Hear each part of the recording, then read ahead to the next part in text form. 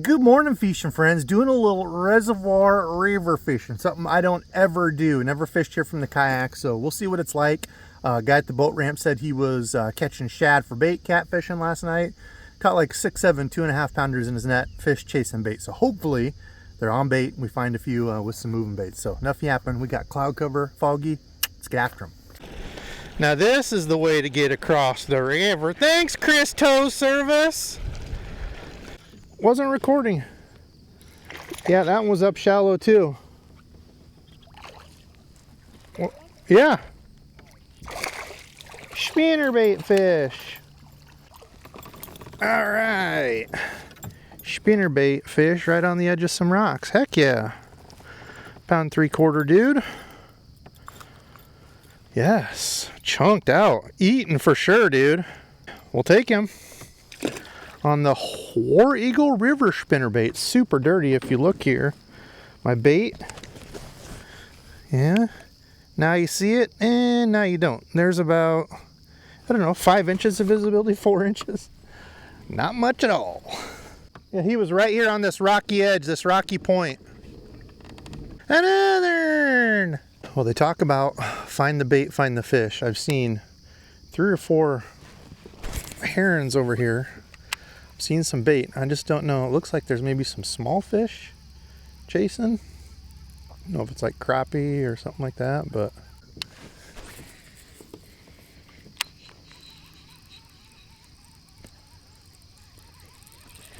there's one.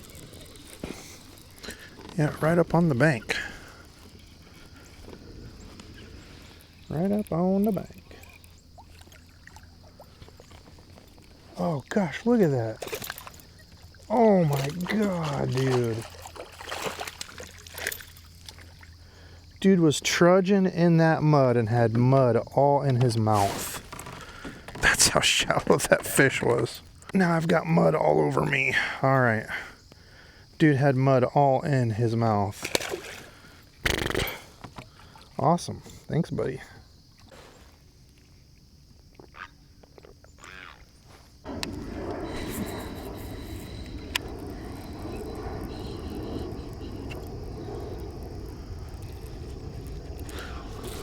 Oh, there's one. Golly, he took off with it. Hit it and straight out with it. Oh, little feisty pounder. There we go. Crazy little dude.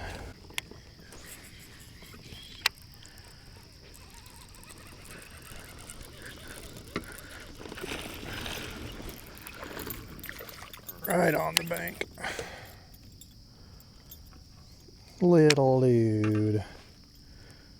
Still finding him with the spinner. I'll take that. I'll take throwing a spinnerbait all day. Trying to make the spinnerbait great again this year. It worked earlier this year, but hadn't had great luck on a spinnerbait out later. There we go. Another on it. Early fall here. Trees are just starting to change colors. Water 74 degrees. We're dipping down. That feed's going to be starting here. We'll see all kinds of fish pushing bait, going crazy. Eagle. Always good luck to see an eagle. There he goes. Bye, Mr. Eagle. Surprised he didn't stay hanging around me. Hey, this guy will catch perfect size fish that I can grab and eat. No. Come on out of there, baby. Come on, babe.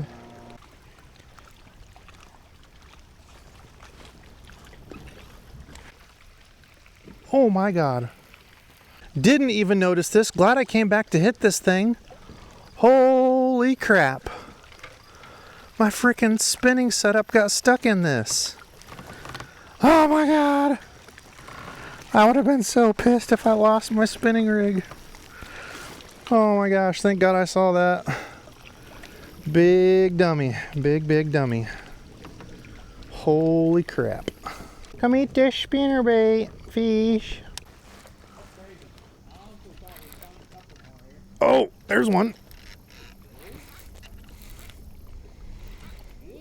Oh, it's digging.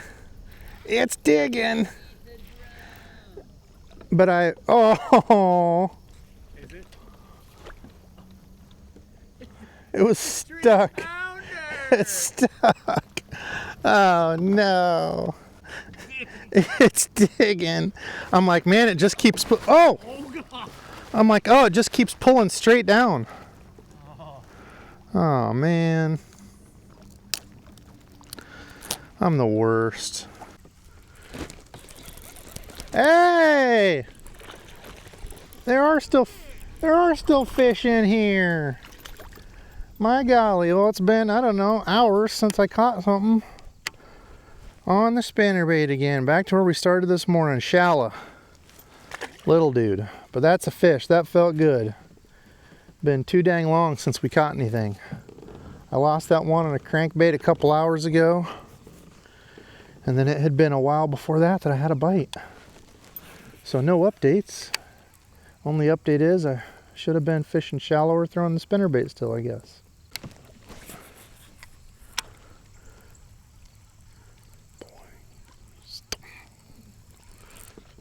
Another! Oh no! He threw it over my yak and said, ha ha. Okay, well that's promising. Hours without bites, and that's 2 fish and 3 casts. Not ginormous fish, but beating those is sure a whole lot better than not catching anything for a few hours. I'll tell you that.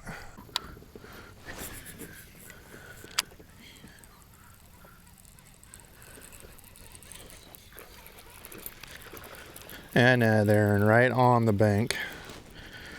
Right on the bank. Boy, he choked that thing though, my golly, look at that. Absolutely choked that spinnerbait.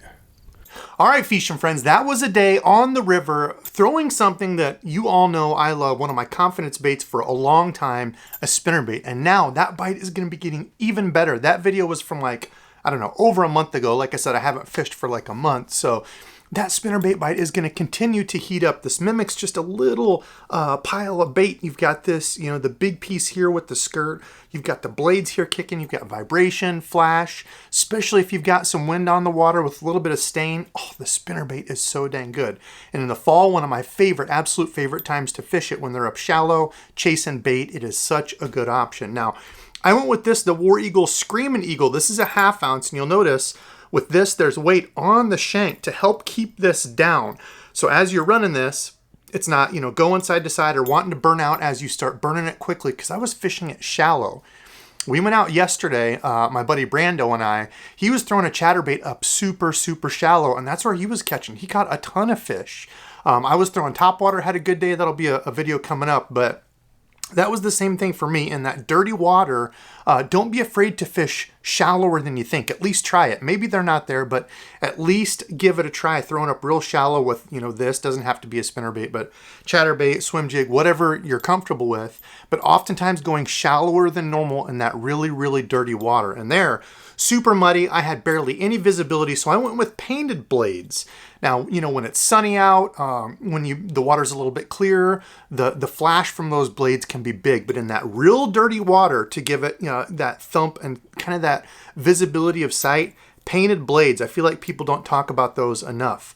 But yes, the War Eagle Screaming Eagle, great little spinnerbait, 1/2 ounce. That's the white and chartreuse. It's kind of painted head. You can see I knocked the heck out of this around all the rocks, but great little spinnerbait. Love the War Eagles, have been a favorite of mine for a long time. So throw shallower than you need to, and make sure you've got a rod with some bend to it. So this is the Cash and Element Z2, the worm and jig rod. Now, throwing this for worm and jig, I like it okay. I actually like a faster action for my worm and jig rods now, especially since I've fished more from the kayak, from a moving platform. I like something faster where I can feel every single little bit. But I tell you what, this combo for a spinnerbait, or yesterday I was throwing an underspin, swim jig, this is a really versatile rod. You can certainly still, you know, worm and jig on it, but they have a multi-purpose rod that I feel like is maybe just a little bit heavier feeling. This is a 7.3 fast, medium heavy, rated for lures 3/8 to 1 ounce. So it just depends on what kind of feel you want to it. Great rods, like I've said before, I've been using the Elements all season. Really one of my favorite rod lines this whole year. Make great rods, made here in the USA. You can see they put the old Star Spangled stripes right there. Really good rods. I've really enjoyed it. Now this, something else I've also really enjoyed, the Corrado 150. This is the new 150 one that they just came out with. I had the old one. I thought I did a review. I went back and looked. I've never done a review. Just a small change with this one, that MGL spool in it. I don't know if this has the silent tune. I'll have to go look. But I'll be doing a review on this. I've had multiple people asking. It sucks. These did go up in price. I think these are $230 now.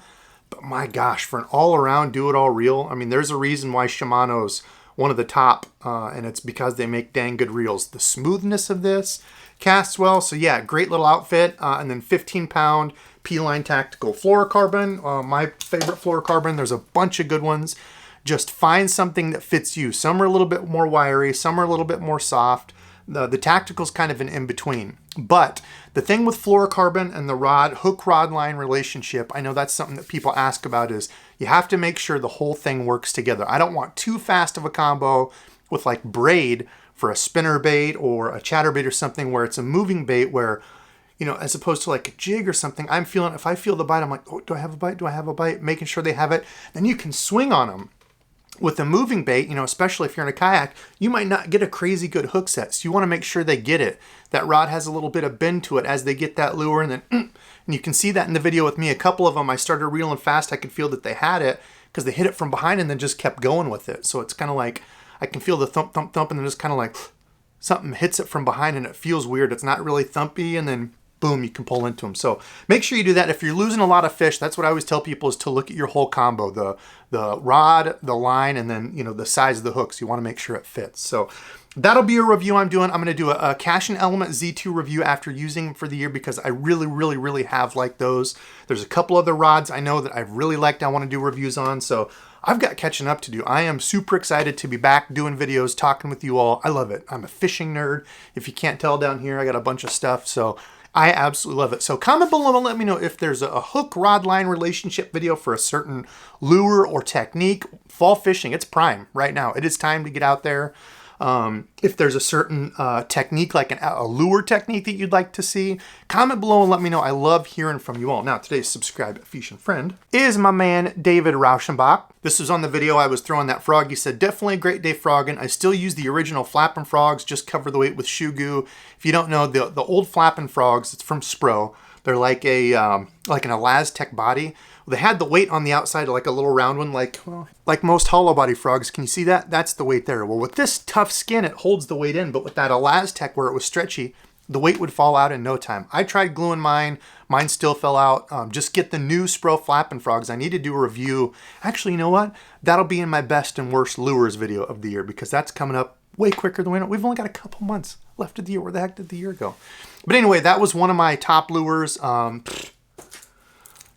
I'm going to spoil it. I've already said it, but a Bandit crankbait, the 100 and 200 for sure was the best of the year. But yeah, I'll cover that in that video. So David and everybody else who keeps watching, thank you all. Love ya. And until next time.